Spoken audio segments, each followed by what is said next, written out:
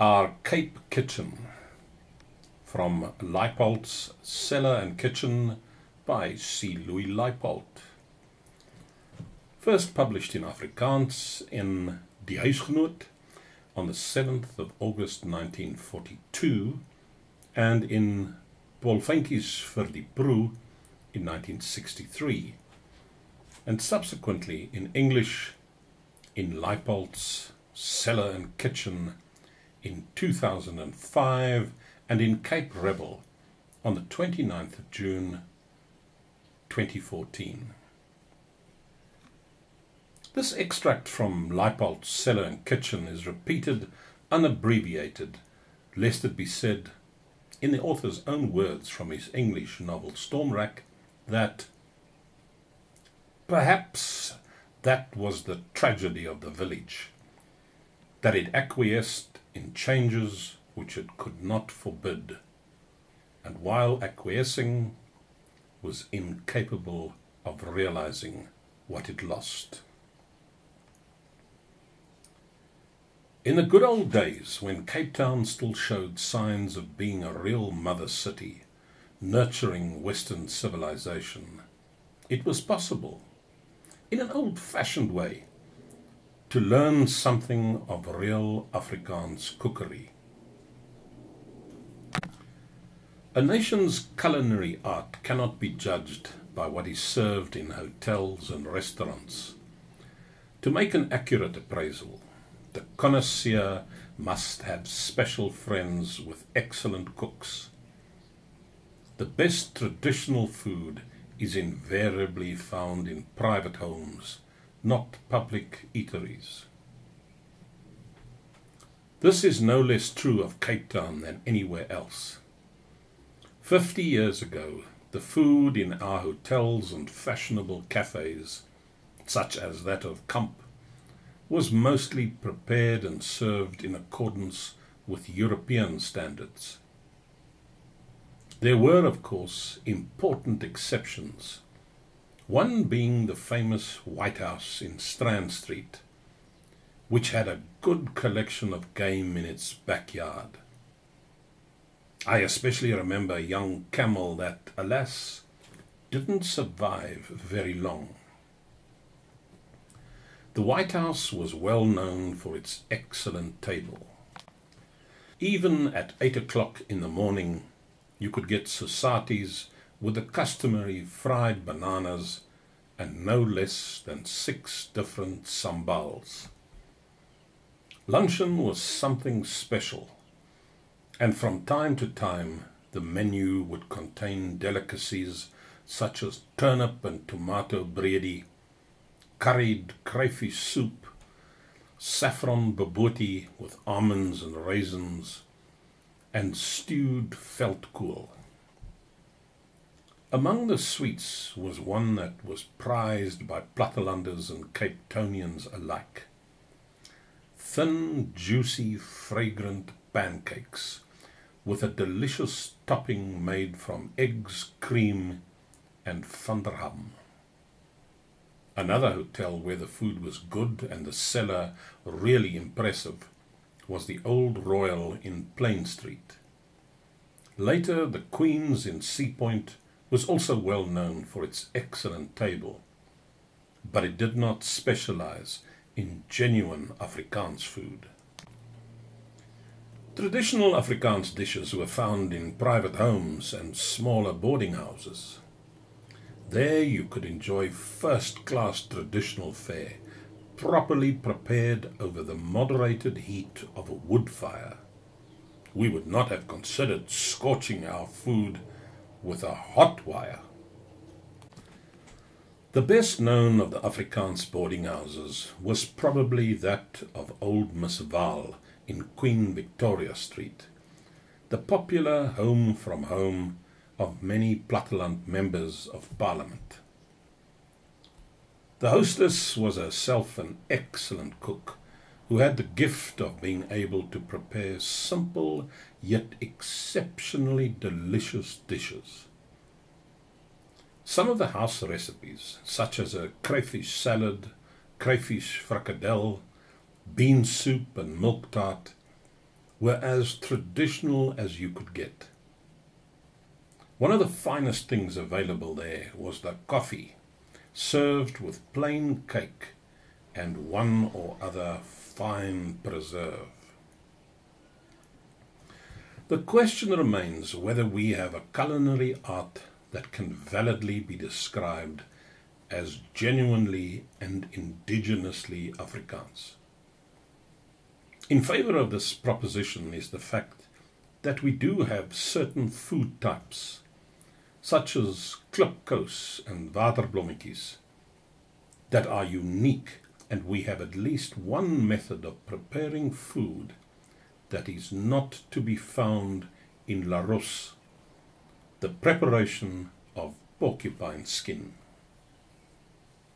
On the other hand, there is hardly any so-called Afrikaans dish, the preparation and contents of which were not known to our forefathers in Europe. Bobotie, for example, is described in an old cookbook published in 1609, years before the establishment of a European settlement at the Cape. Our breadies are nothing more than the meat and vegetable mixtures that were fashionable in the south of France, Spain and Italy during the Middle Ages.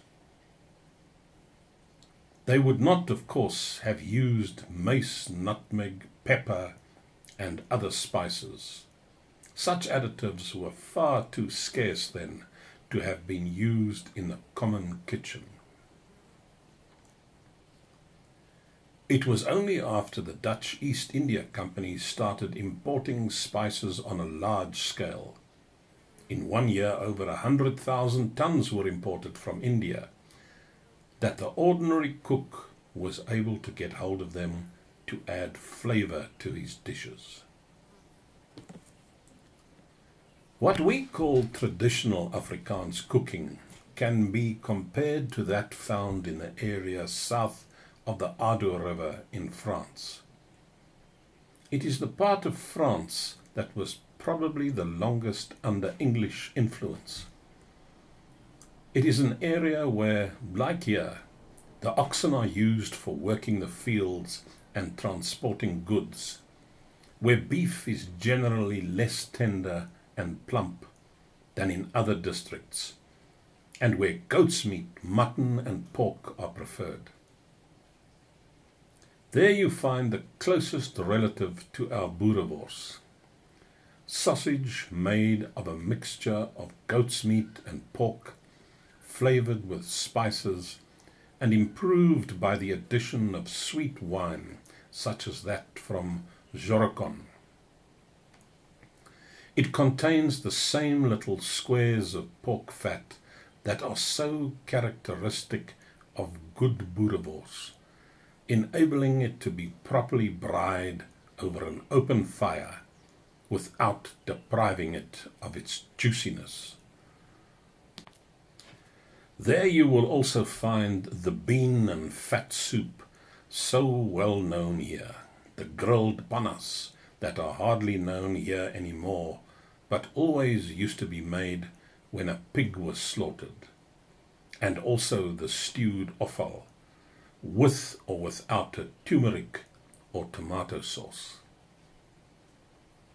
There also you will encounter the habit of dishing up, in all its grisly splendor, an ox's head, complete with horns and skin, roasted in the oven, something completely unfashionable here, but still found in the Transvaal. The last time I enjoyed it, and it was a real delicacy, I was in the company of General Botha, who expressly declared that the cheek of an ox head roasted in this manner was the tastiest meat human teeth could ever chew. Our contemporary schools for domestic science have thus far not managed to produce excellent cooks. Why, I really do not know. Possibly because our culinary art, like all our other arts, is still based on the English model. We are good imitators, but we seldom create anything original of our own imagining. We are seldom roused by inspiration springing from an inner desire to create something of our own, willing to risk failure in the attempt. Our Afrikaans culinary art is about as feeble as our volksspele, and these too are imitations of what we have inherited from Europe. Yet we have enough material to enable us to develop our own methods of preparing unique, characteristically Afrikaans food. We have seeds, leaves, herbs, roots, and bark capable of imparting a very different flavor and taste compared to those found in conventional cookbook recipes. I do not know, and really do not care, whether these innovations would actually be improvements. I plead only that we should try them. The art of cooking is, in essence, the art of making food tastier and more nourishing, and additives are both useful and necessary to this end. A dish without salt is not only tasteless, but also less nourishing than one that has been properly salted. Salt is a spice that needs to be used as carefully, but also just as boldly as ginger, fennel, or cinnamon. I know a type of sage that improves the taste of a potato breadie 20-fold when added to it, and a geranium leaf, a type that grows somewhere in the eastern districts, that considerably enriches the flavor of a chop. If we were to take our cooking more seriously, we would utilize our indigenous treasures from the veld and kloof. But without experimentation, there will be no progress.